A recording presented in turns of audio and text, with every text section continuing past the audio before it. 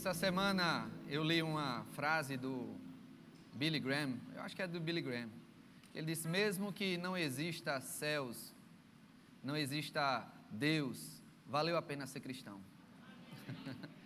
É uma vida tão boa de fé e esperança, de melhorar cada vez mais quando aplicamos os princípios da palavra de Deus. É tão bom. Enquanto o mundo está perdido procurando respostas, nós temos as respostas na palavra.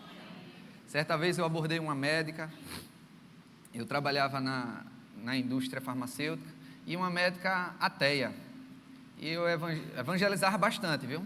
Então, se você às vezes acha que estar em tempo integral para o Senhor é ser como um ministro do evangelho que vai estar 100% na igreja, está enganado. Você no seu trabalho tem que ser 100% integral para o Senhor. Você na sua casa tem que ser 100% integral.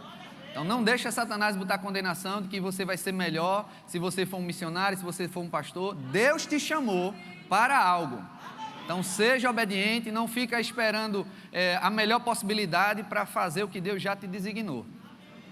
E eu, em visita a essa médica, sempre falar de Deus para os médicos, para os enfermeiros, para as recepcionistas, para as pessoas que eu tinha contato. Porque às vezes o médico não vem aqui, porque não é o grupo dele, não é o clube social dele, não é a oportunidade dele, mas ele recebe você, como um paciente, como um profissional. E essa médica ateia, falando que não existe Deus, que quando passar dessa plataforma, terrena, vai existir um vazio, não vai ter nada. Eu disse: tudo bem, respeito sua opinião, mas venhamos e convenhamos, se eu estiver errado e não existisse nada, eu não perdi, porque eu estou vivendo uma vida com esperança, uma vida com alegria, andando em integridade, andando nos princípios que me faz bem, que preserva a minha família, que me faz uma pessoa melhor. Eu não perco com isso. Se for algo que eu esteja errado no final, quando eu morrer e disser: eita, perdi meu tempo como cristão, não perdi meu tempo. Mas e se eu estiver certo? Se realmente existe um céu, se realmente existe uma vida após a morte, uma vida eterna, então dos dois lados estamos ganhando. Amém? Então, mas não é isso que vou falar hoje. É tantas coisas, queridos, que Deus tem ministrado aos nossos corações. A gente tenta ao máximo compilar para poder transmitir de uma maneira bem organizada, para que possamos aprender mais uma porção divina hoje. O que me impulsionou a falar sobre esse assunto foi essa semana minha filha, fui preparar ela para ir para o colégio. A Ana Letícia, de 8 anos, ela é muito inteligente, feito pai, né? Bonita também. Então ela chegou e disse: papai, deixa eu fazer online?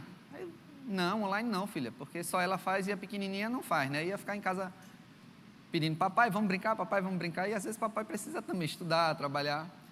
E eu disse: não, você vai para a escola. E ela começou: papai, eu estou com a dor na garganta, estou com a voz rouca. Eu disse: não, é porque você acordou agora há pouco, querendo todos os argumentos para não ir para a escola. Eu digo: você vai sim.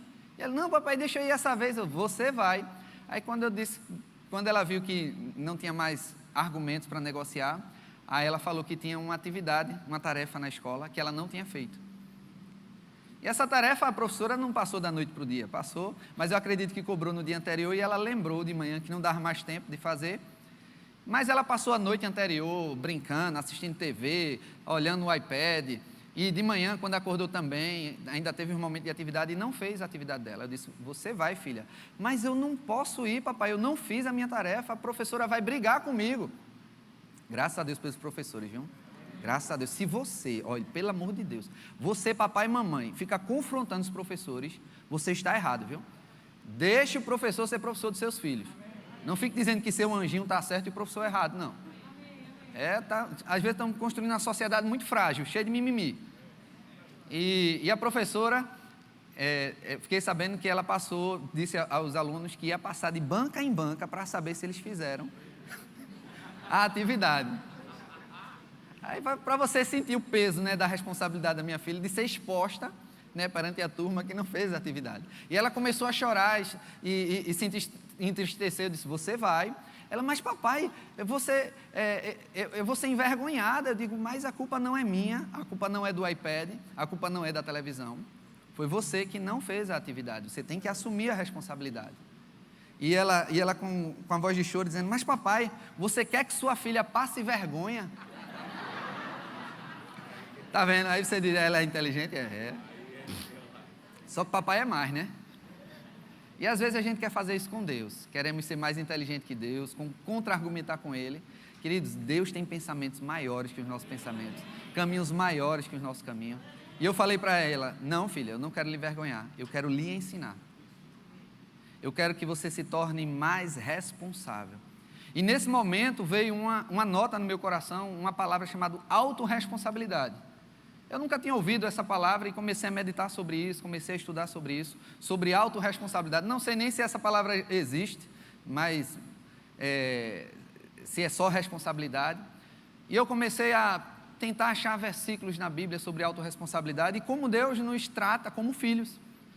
Eu aprendo tanto com a paternidade de Deus, eu como um pai, e procuro ser um melhor pai para minha filha, ser um referencial para ela, ao ponto de eu ser o melhor marido para minha esposa, para que a minha filha, quando crescer, ela não se entregue a qualquer homem, mas sim a um homem que seja igual ou superior ao papai dela. Então, às vezes você pode reclamar que a sua filha pode estar, se entregando a outros homens, mas que exemplo de pai foi você? Que segurança você transmitiu para ela? Porque se ela tem um referencial de alto padrão, ela não vai se rebaixar a um baixo padrão. Se ela tem suas carências emocionais supridas pela paternidade, ela não vai procurar esse suprimento numa pessoa que não tem para dar. Então você tem responsabilidade como pai, você tem responsabilidade como filho, você tem responsabilidade como mãe, e isso reflete tudo nas pessoas que estão ao nosso redor. Não só os nossos filhos, porque talvez você não tenha filhos, mas nos seus pais, nos seus amigos, no seu trabalho. Tudo que nós semeamos, nós vamos colher. Nós estamos livres para escolher a semente. Estamos livres. Se quisermos semear morango, vamos semear morango. Se quisermos semear laranja, vamos semear laranja. Mas você já deve ter ouvido isso.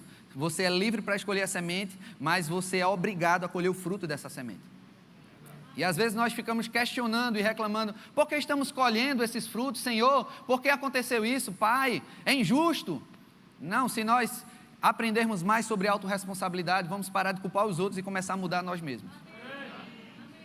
Em Isaías capítulo 1, verso 19, se a mídia puder projetar, lá no livro de Isaías capítulo 1, verso 19, diz: se quiserdes e me obedecerdes, comereis o melhor dessa terra. Então Deus está colocando essa condição de nós comermos o melhor dessa terra, não na sorte ou no azar, mas na nossa responsabilidade. Que responsabilidade? Primeiro você querer, primeiro você desejar, primeiro você ter esse sentimento, e segundo você obedecer os princípios. Porque não basta nada desejar se suas obras não são correspondentes àquilo que você crê, àquilo que você confessa. Por isso que a fé sem obras ela é morta, a Bíblia fala. Então nós devemos não falar as coisas de boca para fora, porque até a tua fé, para ela funcionar, ela tem que vir do profundo do teu coração, tem que vir lá de dentro, não de uma maneira superficial da tua mente, da tua alma, do que você pensa a respeito, mas algo que você acredita internamente. Em Marcos 11, 23 disse: tende a fé do tipo de Deus, né? Se disseres a este monte, ergue-te e lança-te no mar, mas não duvidar em seu coração. Olha o que a Bíblia diz: se eu disser e não duvidar no coração, não é duvidar em minha mente, mas duvidar no meu coração, fará aquilo que eu disse. Então tudo que eu disser, crendo que eu recebi, vai acontecer. E esse crer, ele vem algo de dentro. Por isso que quando nós aprendemos a ter mais responsabilidade e assumir as consequências, nós vamos não tratar de uma maneira superficial, de uma maneira leviana. Infelizmente, nós estamos vivendo numa sociedade que está cada vez mais leviana. O que é leviandade? Leviandade é tratar com leveza, de uma maneira mais light, né? Se você vai disciplinar o seu filho, você faz de uma maneira leviana. Tipo: filhinho, faça isso não. Não quebra a televisão não. Filho, quebrou. Olha, não faça isso não. Isso é uma maneira leviana. Não estou dizendo que você deve ser bruto e estúpido com seus filhos, com as pessoas, não. Mas existe posicionamento que você tem que tomar. Como eu supervisiono no departamento infantil, eu instruo também os pais sobre a disciplina dos filhos, porque às vezes os filhos chegam na sala do departamento infantil, faz o que quer, e eu chego para a criança e digo: olha, quem manda aqui é o professor e a professora, não é você. Porque pode ser que na casa ele mande, Faça o que quiser, e a mãe e o pai, para poder aliviar a pressão do filho em cima deles, dá tudo, para eles se acalmar, dá a chupeta, né? Que a chupeta pode ser um Danone, pode ser um iPad, pode ser um dinheiro, sei lá, pode ser tantas coisas. Mas na sala é diferente.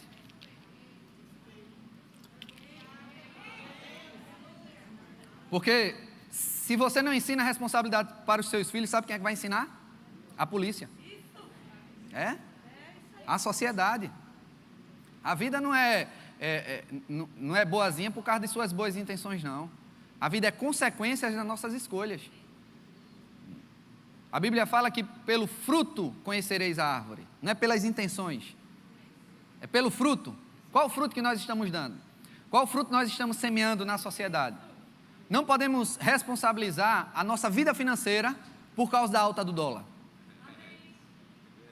Não podemos colocar a culpa do nosso corpo, que não está na forma ideal, culpando o hormônio.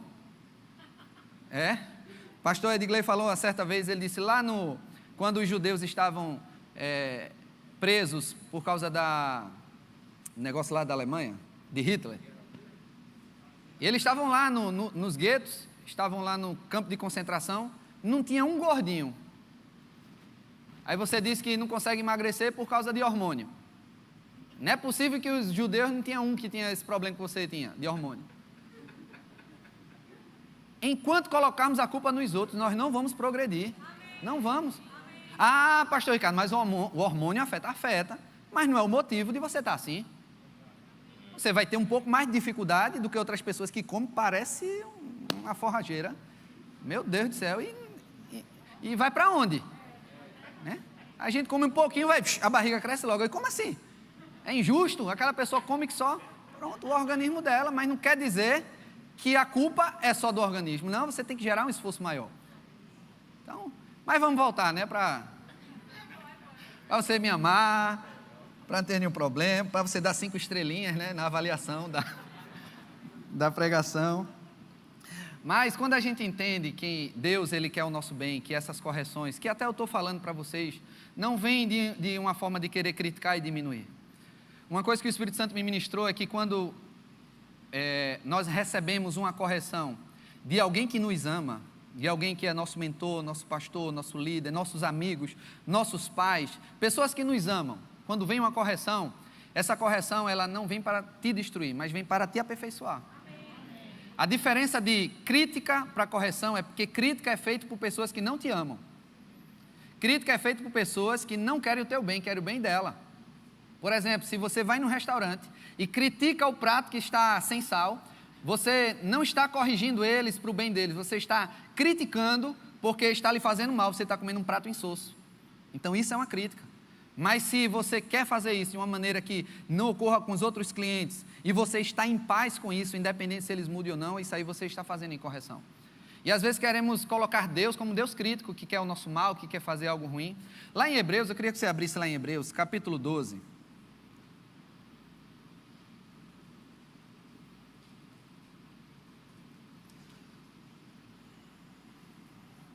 A partir do verso 5, Hebreus capítulo 12, no verso 5.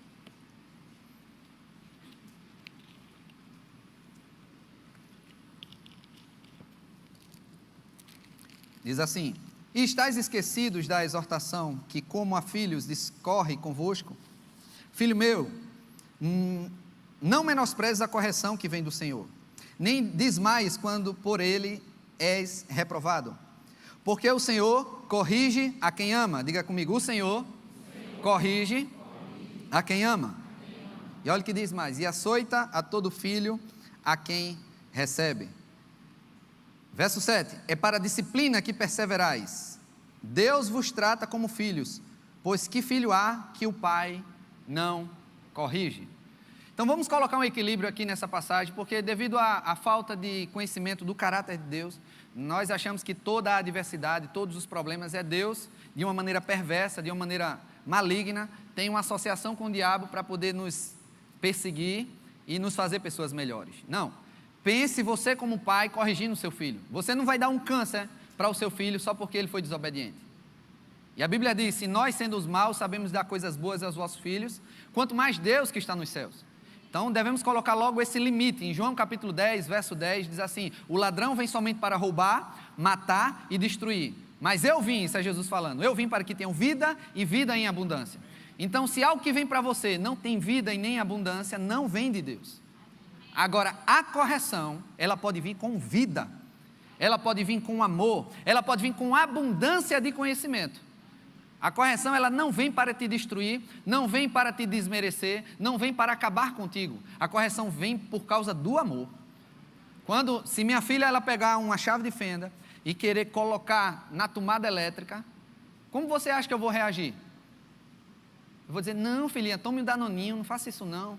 Não, eu vou corrigir ela de uma maneira bem árdua, bem segura, ao ponto de dar uma disciplinada com a vara, né? Para não escandalizar as pessoas. Bater em criança, é vara da disciplina, é bíblico. E deixa eu falar sobre vara. Vara não é para descarregar nossa frustração, nem nossa decepção dos nossos filhos. Isso é covardia. Eu vou repetir.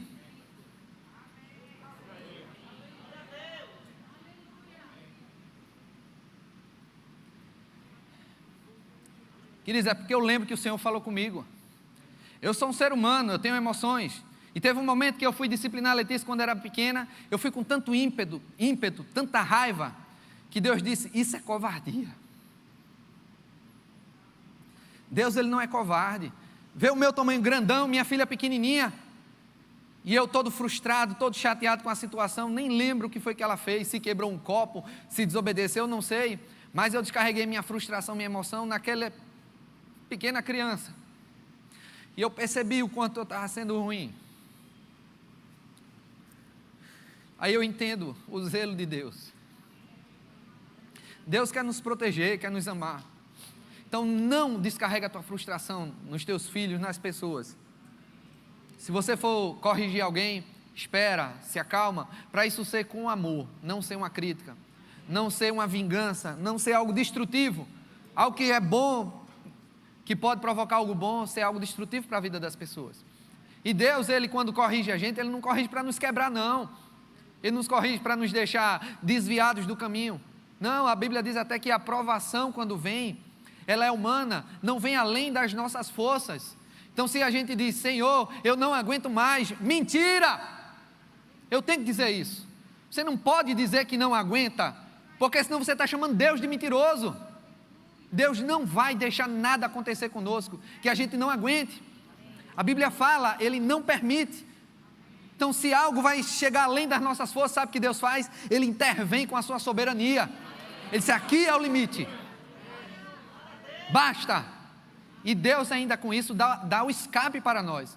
Então não tem como nós ficarmos dando uma de coitadinho. Coitado de mim, não vai dar certo, minha vida não dá certo, tudo dá errado. Não, dá errado por causa da boca, do que nós cremos. Mas Deus nos capacitou de termos uma vida de excelência, uma vida de mais que vencedores. Então não podemos responsabilizar as pessoas, responsabilizar as coisas, despejar nossa frustração. Temos que ter um domínio, temos que ter responsabilidade. Toda ação nossa vai ter uma reação. Até tem pessoas que dizem: pastor, mas eu não mereço isso, e está acontecendo, sei lá, meu filho está nas drogas, meu marido é perverso, sei lá, o meu patrão fez isso comigo. Muitas vezes nós recebemos coisas, não é porque fizemos algo de errado, e recebemos a punição, uma consequência do erro, mas algumas coisas vêm para nossas vidas, não é porque nós fizemos algo de errado, é porque deixamos de fazer algo, deixamos de aplicar a sabedoria. Às vezes estamos passivos em algumas situações, e vem algo e tenta nos esmagar, tenta nos destruir, tenta nos subtrair. Mas lembra, tudo que vier, tudo, Deus sempre vai proporcionar algo proveitoso daquela situação ruim. Mas não quer dizer que é Deus que mandou isso para você. Às vezes tem pessoas que chegam e dizem: eu ouvi um testemunho, é testemunho mesmo, não é nem testemunho. Fui numa igreja, nem lembro onde era, novo convertido, e a pessoa dizendo que estava afastado dos caminhos do Senhor, e um assaltante tentou assaltar ele, e ele saiu correndo, ele recebeu vários tiros, passou pelo arame farpado, cortou o corpo todo, e foi para o hospital cheio de furo. E o médico disse: rapaz, é um milagre que você está vivo. E chegou um missionário lá chamado Isaías, ainda lembro, Filho de crente, né? Quando tem um nome assim, Isaías, é porque a mãe é crente, né? E orou por esse homem, e ele foi curado, e ele dando o seu testemunho, dizendo que Deus tinha mandado o assaltante, Deus tinha colocado ele nessa situação, para que ele se convertesse.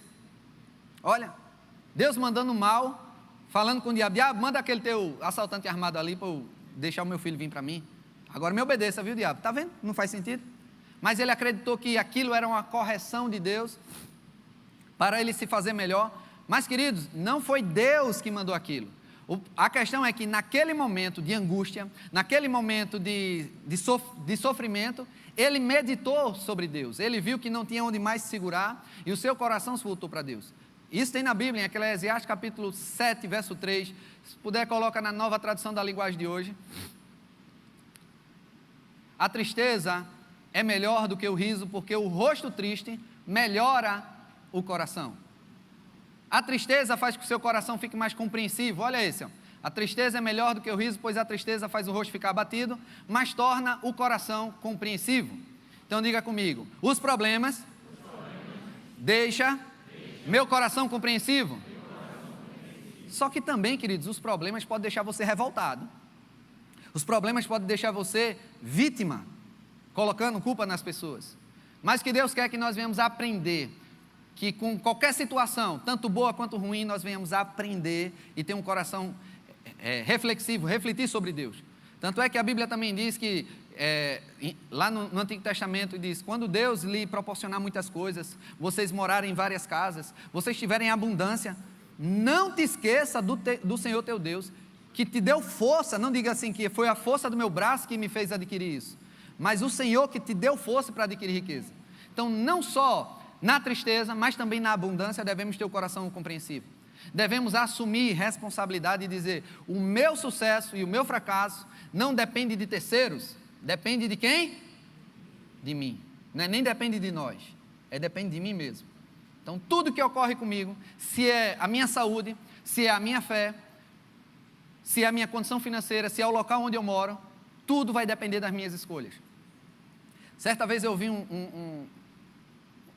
uma grande autoridade, esse homem é muito sábio, ele disse o seguinte, o sucesso são consequência das decisões que nós tomamos, são um resultado das decisões.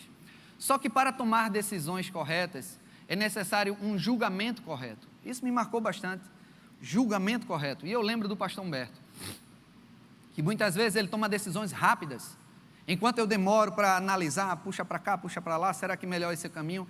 Nosso pastor, ele toma uma decisão rápida. Por quê? Porque é fruto de um julgamento correto. Quando vem uma situação, ele diz, isso aqui é o melhor. Não precisar passar muito tempo. Mas o que é que gera esse julgamento correto?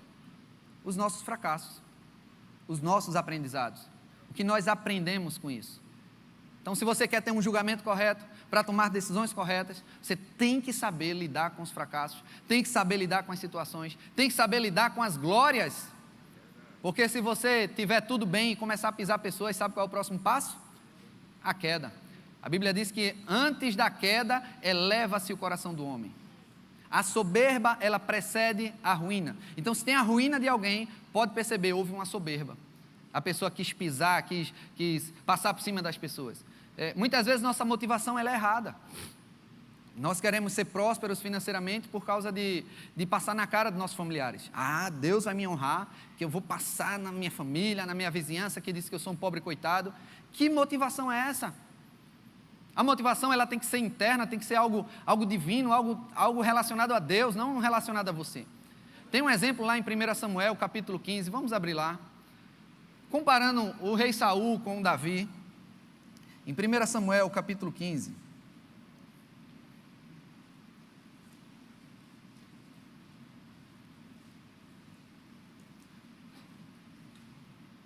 Deixa eu abrir aqui.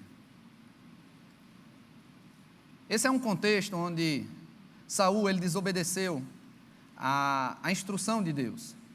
E o profeta disse para esperar ele, para sacrificar. E o que foi que aconteceu? O povo ficou pressionando Saul, pressionando, e ele disse, vou sacrificar aqui porque o profeta não vem. E quando ele estava sacrificando, o profeta Natan chegou. Aí Natan disse, que é isso que você fez? Ele disse, não, é porque é o povo. Olha aí, ó, não assumiu a responsabilidade, ele botou no povo. O povo está me impressionando, aí eu tive que fazer isso, né? E Saul, ele foi repreendido publicamente pelo profeta, perante os seus súditos, perante suas autoridades que estavam lá. Mas olha o posicionamento de Saul, em 1 Samuel 15:30.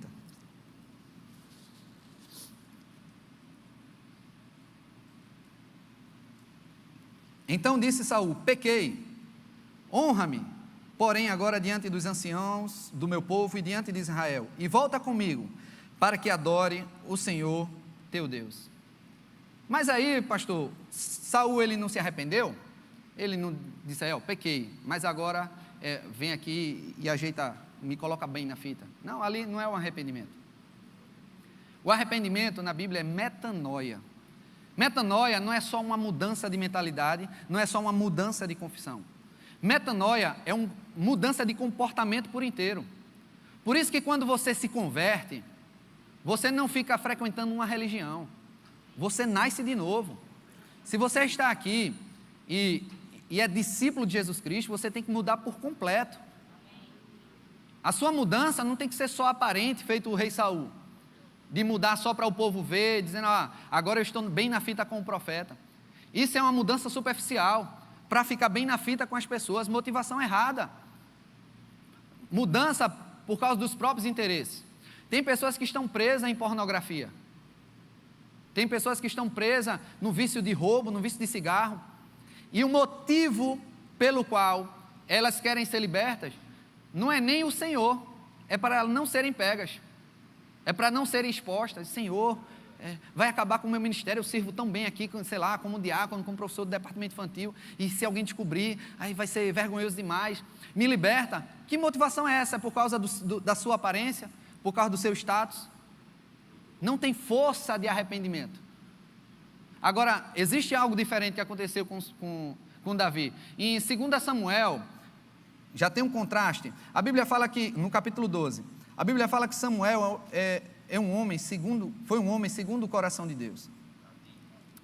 Davi, obrigado. Lá em 2 Samuel 12:13, nós vimos que Saul disse, pequei, agora honra-me. Olha o que Davi fez. Então Davi disse a Natã, pequei contra o Senhor. Pequei contra quem? O Senhor. Se você não conhece esse contexto, Davi ele adulterou com Batseba. Batseba era uma mulher casada, e o marido dela foi para a guerra, e Davi pegou a mulher do marido na guerra e teve relação sexual com ela. Só que o que aconteceu? Ela ficou grávida, então ia expor o erro dele. Ele tentou de diversas formas encobrir esse erro dele, para ninguém saber que ele tinha pego uma mulher de outro homem, e tentou de diversas formas, diversas maneiras, que o marido se deitasse com a mulher. Chamou o marido de volta para a guerra, mas o marido nem foi para casa se deitar com a mulher. E no final ele mandou que o general do exército deixasse Urias, que é o marido de Batseba, sozinho na batalha, e que recuasse, para ele morrer. Então ele adulterou, mentiu, planejou o que é mal, mandou matar, e quando chegou o profeta Natã, ele reconheceu o erro dele. Mas o erro dele não foi, eita, pequei, eu vou ficar ruim na fita, o pessoal vai ver a miséria que eu fiz. Não, ele disse, pequei contra o Senhor. Se nós observarmos, vamos abrir lá em Salmos 51. Esse salmo foi escrito logo após Davi, ele ter reconhecido esse pecado. E olha o sentimento de Davi, um sentimento sincero perante o Senhor, de arrependimento genuíno perante Deus. Isso é o que é a verdadeira metanoia. Não é só ter o remorso. Eu tive um remorso, foi uma coisa ruim que aconteceu. Não, mas reconhecer que aquilo afeta Deus, aquilo fere Deus. Em Salmo 51, logo na minha Bíblia, ela tem um título, né? Diz assim, ao mestre de canto, Salmo de Davi, quando o profeta Natã veio ter com ele depois de haver ele possuído Batseba, ou ele ter adulterado com Batseba. E olha o Salmo de Davi nesse contexto. Compadece-te de mim, ó Deus, segundo a tua benignidade, segundo a multidão das tuas misericórdias. Apaga as minhas transgressões, lava-me completamente da minha iniquidade, purifica-me do meu pecado, pois conheço as minhas transgressões. Diga comigo, autorresponsabilidade. Olha a diferença de Davi. reconhecendo o erro dele. Ele disse: realmente, eu errei. E olha o que diz: e o meu pecado está sempre diante de mim. Pequei contra ti somente. Ele tirou toda a responsabilidade de ficar bem na fita. E fiz o que era mal perante os teus olhos, de maneira que serás tido por justo no teu falar e puro no teu julgar. É tão profundo o arrependimento de Davi, ele diz: Senhor, estou aqui para arcar com as consequências. Eu sei que o teu julgamento é puro e é justo. Eu sei que as minhas escolhas teve consequências ruins. Eu reconheço as minhas falhas. O que eu quero é não estar longe de você. Olha o sentimento de Davi. Se você discorrer mais adiante, olha o verso 12: restitui-me a alegria da tua salvação, sustenta-me com um espírito voluntário. E depois você pode ver outras partes. Ele diz para não esconder o rosto dele diante de Davi. O mais importante para Davi era estar com Deus. Por isso que nós não devemos ficar querendo vir para a igreja só para ficar bem na fita, mas por causa de Deus. É Deus que não nos vai fazer pecar. Eu ouvi uma vez o pastor Silas Malafaia, ele falando sobre uma pessoa que ela saiu do armário, né? Tornou-se homossexual. E a pessoa que tornou-se homossexual estava dizendo que era a natureza dela, que era dela. E o que eu achei interessante foi o que o pastor Silas falou. Ele disse: tem pessoas que elas não resistem à tentação e querem colocar a culpa em outra coisa. É um outro pecado. Tem pessoas que são tentadas na área do roubo, na área da pornografia, na área do homossexualismo. Só que, como todo e qualquer pecado, devemos resistir. Só que quando falhamos, o que é que dizemos? Colocamos culpa na outra pessoa. Tem homens que adulteram com suas esposas, sabe por quê? Porque começa a inventar uma historinha. Eu adulterei porque ela não se deita mais comigo. Porque ela não está cuidando do corpo dela. Porque ela está fazendo comida ruim. Porque isso, porque aquilo, porque aquilo outro. Colocando a culpa nos outros. Para a mente não ficar em condenação. Aí fica inventando coisa. Inventando uma história. A culpa é por causa disso, a culpa é por causa daquilo. Tem pessoas aqui na igreja tratando com irresponsabilidades dos departamentos. Irresponsabilidade. Chegando fora do horário, não se doando com amor. Aí bota a culpa o quê? Na liderança. Não, porque a igreja não tem amor, a igreja... Não, a igreja é você. Tem uma pessoa que chegou para mim: pastor, eu não vejo a igreja fazer isso. Certa vez eu estava em tal canto e eu fiz isso por essa pessoa, eu não vejo a igreja fazer isso. Você está vendo, você é a igreja. Se você chega aqui na igreja e diz: pastor, eu vim aqui, eu não vi nenhum trabalho, sei lá, com idosos. Devia ter, né, um bingozinho, né, alguma coisa, uma atividade manual, né? Não tem nada com os idosos, pastor. O que é isso? A igreja não ama os idosos? Ama. Por isso que Deus enviou você, que percebeu isso. Para você levantar esse trabalho, influenciar pessoas. Mas é mais fácil para pessoas criticarem e colocar a culpa nos outros.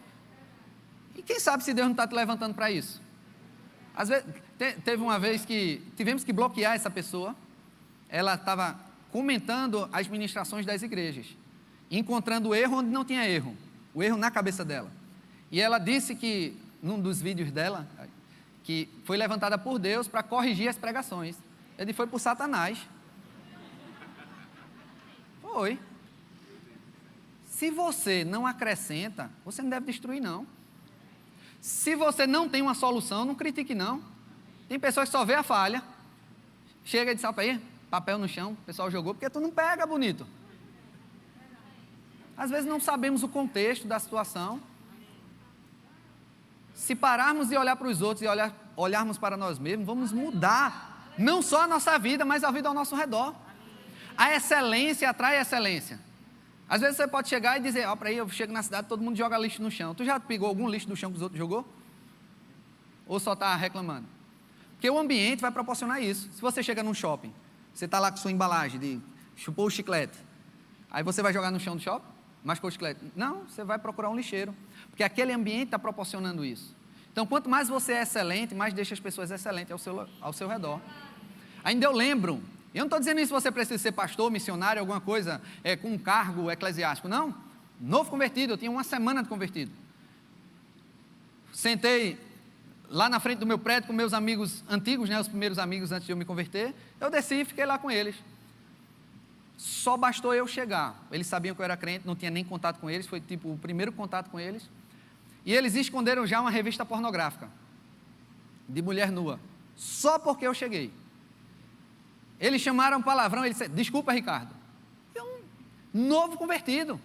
Só a chegada da luz do Evangelho já estava trazendo excelência e mudança de comportamento. Agora, quanto mais eu começo a criticar, quanto mais eu coloco a culpa nos outros, mais eu vou atrair essas coisas ruins. Porque a Bíblia diz que um abismo chama outro abismo. Nosso pastor ele ensina muito bem sobre a questão da miséria, né? Miséria atrai miséria. Às vezes a gente fica, olha a geladeira e só atrai miséria. Para isso, não tem nada. Deus está vendo, não, tem nada. A vida é assim. Eu digo, é assim só para você que fala assim. Se você vê pessoas portadoras de sucesso, elas sempre terão gratidão na sua boca. Se alguma coisa de ruim acontecer, ela tem que converter isso em algo bom para ela. Eu já dei esse testemunho, mas vou te falar de novo, porque tem pessoas novas. Certa vez uma empresária chegou para se aconselhar e dizendo, pastor, eu estou chateada com a situação, uma pessoa me encomendou um bolo, e era uma sexta-feira, eu disse que não fazia, e ela insistiu tanto, e eu tive que fazer. Ela fez um depósito no caixa eletrônico, porque não podia levar o dinheiro, e me passou a foto do comprovante. Eu olhei lá o comprovante, depósito feito, preparei o bolo para ela. Quando chegou na segunda-feira, apareceu no extrato bancário da menina que fez o bolo, envelope vazio. Aí ela ligou para a cliente, envelope vazio. Aí ele disse, não, eu botei dinheiro, se vire com o banco. Resumo, essa pessoa que deu o golpe era crente também. Como diz o pastor André Valadão, não é crente não.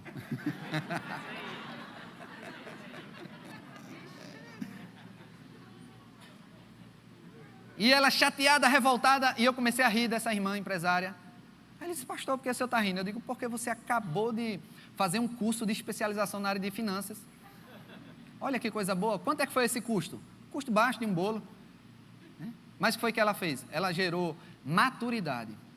Ela conseguiu receber instruções para as próximas situações, ela não ser pega por estelionatários. Imagina um estelionatário, ele ludibria você, ao ponto de você vender o seu carro, achando que está fazendo um bom negócio, quando vê ele lhe deu golpe. Mas se você perder um bolo, você vai evitar de perder um carro. Entende? Aí você pergunta, porque Deus deixou que eu perdesse um bolo, para você não perder um carro, para você não empenhar a sua casa, para você não se endividar. E pessoas não entendem esse caminho. Lá em Hebreus, quando nós lemos, no verso 7, abre lá novamente naquela passagem, Hebreus capítulo 12, no verso 7. Coloca na tela, por favor. Olha para você entender o significado da palavra, disciplina. É para a disciplina que perseverais. Deus vos trata como filhos, pois que filho há que o pai não corrige.